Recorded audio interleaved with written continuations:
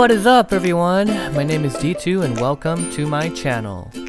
Today I want to talk to you about how I was able to land my dream job in the gaming industry right out of college.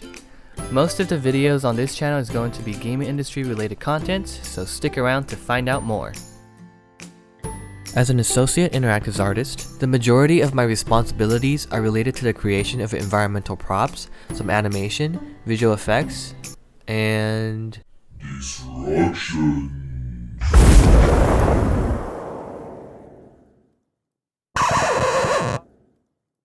That being said, I'm going to share with you 5 personal advice along with some of my experiences to hopefully help inspire you to achieve your goals. Number 1. Do what you love. As cheesy as it sounds, it's true. I'm only where I am today because I pursued what I absolutely love doing and didn't settle for less. Now, this is much easier said than done because some of you either don't have the means or luxury to pursue what you love, or love doing something but not sure if it's worth the risk considering as a career, or just straight up haven't figured out what your passion is. But if I can tell you that I'm a first-generation Asian immigrant, living my nerdy dream of making a living out of video games, what's stopping you from being successful at doing what you want? I went to Purdue University studying computer science my first year of college. It was my parents' wish, you know, the typical Asian struggles, that I study computer science. I couldn't adjust to the cold weather and being alone, far away from home, so it didn't take long until I got expelled for underperforming academically.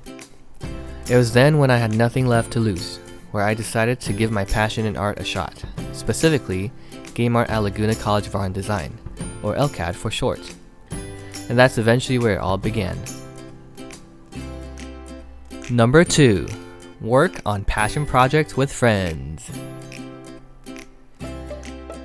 During my 3rd year at LCAD, I started a passion project called Planet Inidium, an RPG survival game where characters have different perks and skills that will impact your style of survival. I was able to convince some of my good friends at school to join me. It's funny that we were all naive enough to let me, the worst artist and student out of the group, lead the entire project. Yet, the decision for all of us to collaborate led us to create a project that would eventually serve as a pivotal foundation of many of our professional careers. For me, it not only helped give me the portfolio pieces I needed to stand out for my future interviews, but also helped give me the confidence knowing that I've gone through somewhat of a production process to actually try to create a game from scratch.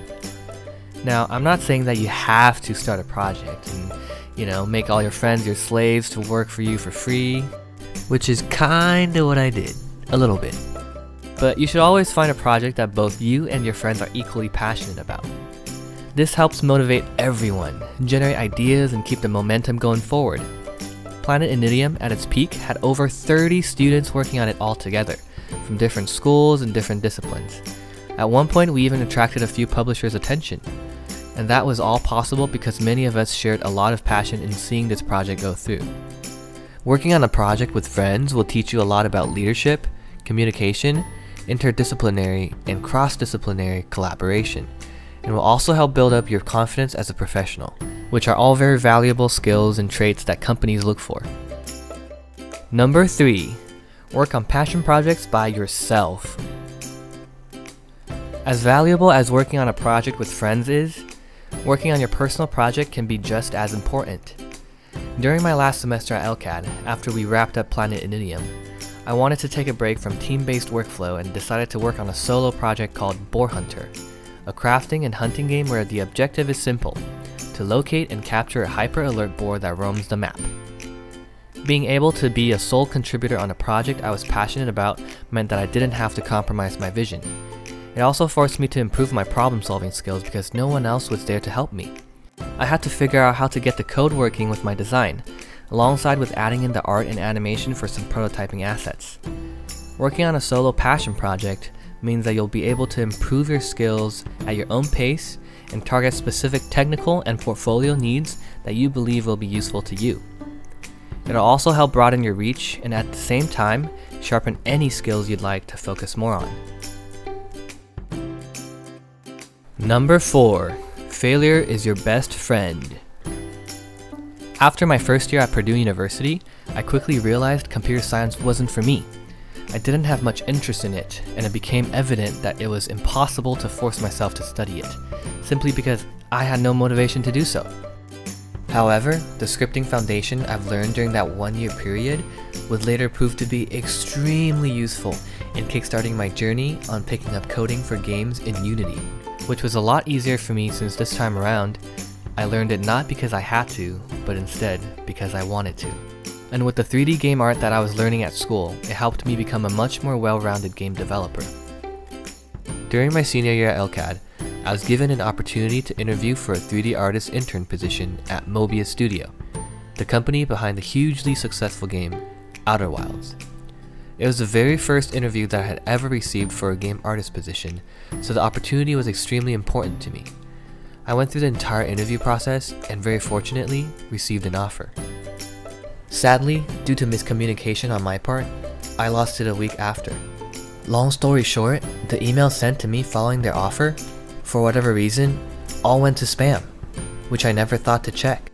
And on top of that, I also made the rookie mistake of assuming that I had secured the opportunity and waited for too long to reach out to them, only to find out that, due to time constraints, they were forced to move on with a new candidate, and there wasn't anything else they could do at that point. Little did I know though, that the loss of this opportunity would turn out to be a blessing in disguise.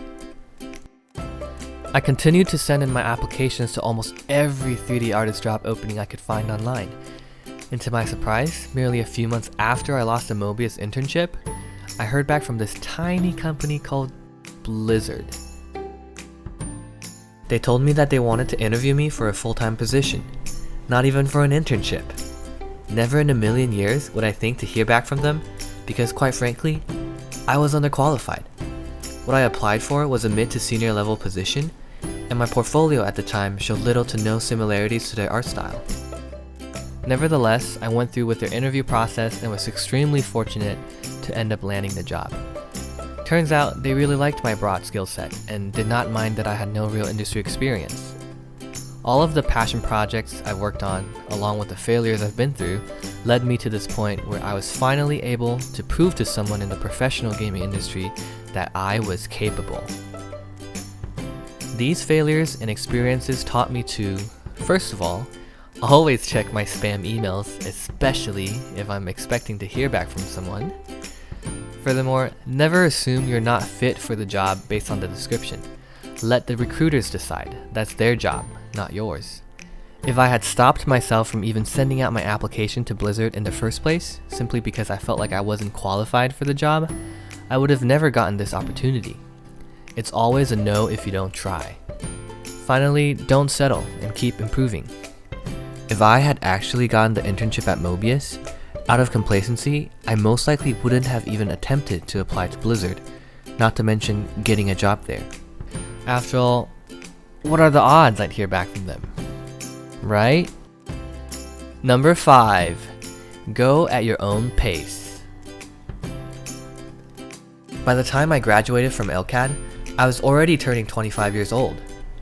Many of my friends from high school and college had already been working professionally, while I was still in school. For a few years, I had a lot of doubts and second thoughts regarding my decision to pursue game art, and would feel incredibly behind, not knowing if I'd be able to get anywhere in life. Nonetheless, once I landed my first job at Blizzard, I realized that everyone's life trajectory is different. Some of my friends had their biggest career breakthrough in their 30s, or even later. I didn't start working on my personal projects because I wanted to be the best at my craft, nor did I even think about using this as a mean to help me land a job. All I knew was how much I enjoyed doing it and how much it meant to me. Stay focused on the journey, not the destination, and I promise that by the time you've realized, you'd have improved so much and be so glad to look back knowing how far you've come. You are running on your own timeline. It's never too late to start now. Even if you're not quite sure what your passion is, don't be afraid to search for it. As long as you focus on self-growth, you will always find value in the work that you enjoy doing. Also, don't compare yourself to others. Oftentimes, people share their one success without showing the other 99 failures that they had to go through. As long as you keep your heads up and never give up, I promise it'll all be worth it one day.